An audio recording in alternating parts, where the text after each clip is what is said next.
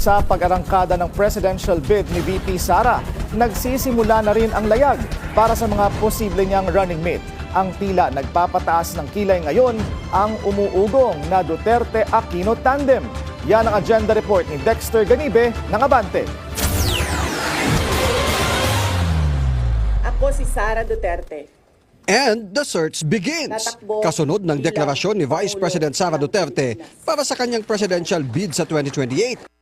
Ang tanong naman ngayon, sino ang kanyang magiging running mate? Sa mga nakalipas na dekada, madalas nagmumula sa Senado ang kandidato sa dalawang pinakamataas na posisyon sa gobyerno. Si Joseph Estrada na naging Vice President ni Fidel Ramos. Si Gloria Arroyo na vice ni ERAP.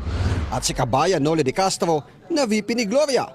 Pero sa most recent politics sa Pilipinas, mula sa lokal na pamahalaan ang mga naging vice-presidente. Gaya ni Makati Mayor Jojo Binay na Vice President ni Pinoy at Davao City Mayor Inday Sara ngayon na vice ni PBBM.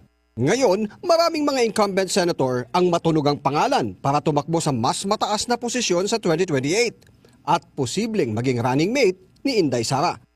Una na rito si Senator Amy Marcos na Hunyo pa nung nakaraang taon pinaputok ni Senador Robin Padilla na imamanok niyang katandem ni Sara sa 2028. Panahon na para maramdaman ng mga Pinoy ang girl power. Pag umiikot ako sa ibang bansa, yung lagi sinasabi ko, gusto ko talaga Sara ay reconciliation lang.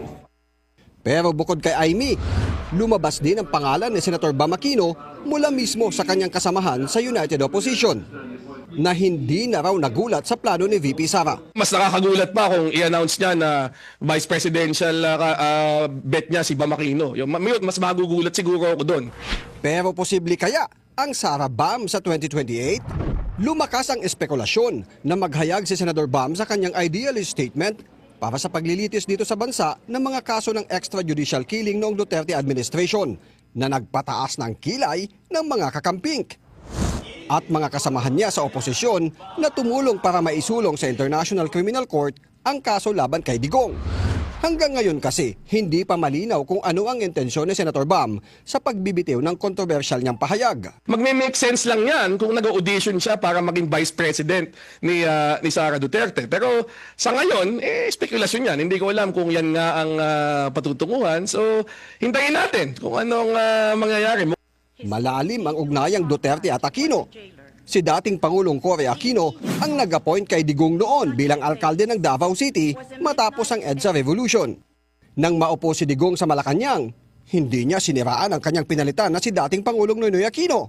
Pero binira niya si PBBM na katandem pa ng kanyang anak. Bukod kina Bam at Amy, 8 sa kasalukuyang senador ngayon ang re-electionist sa 2028.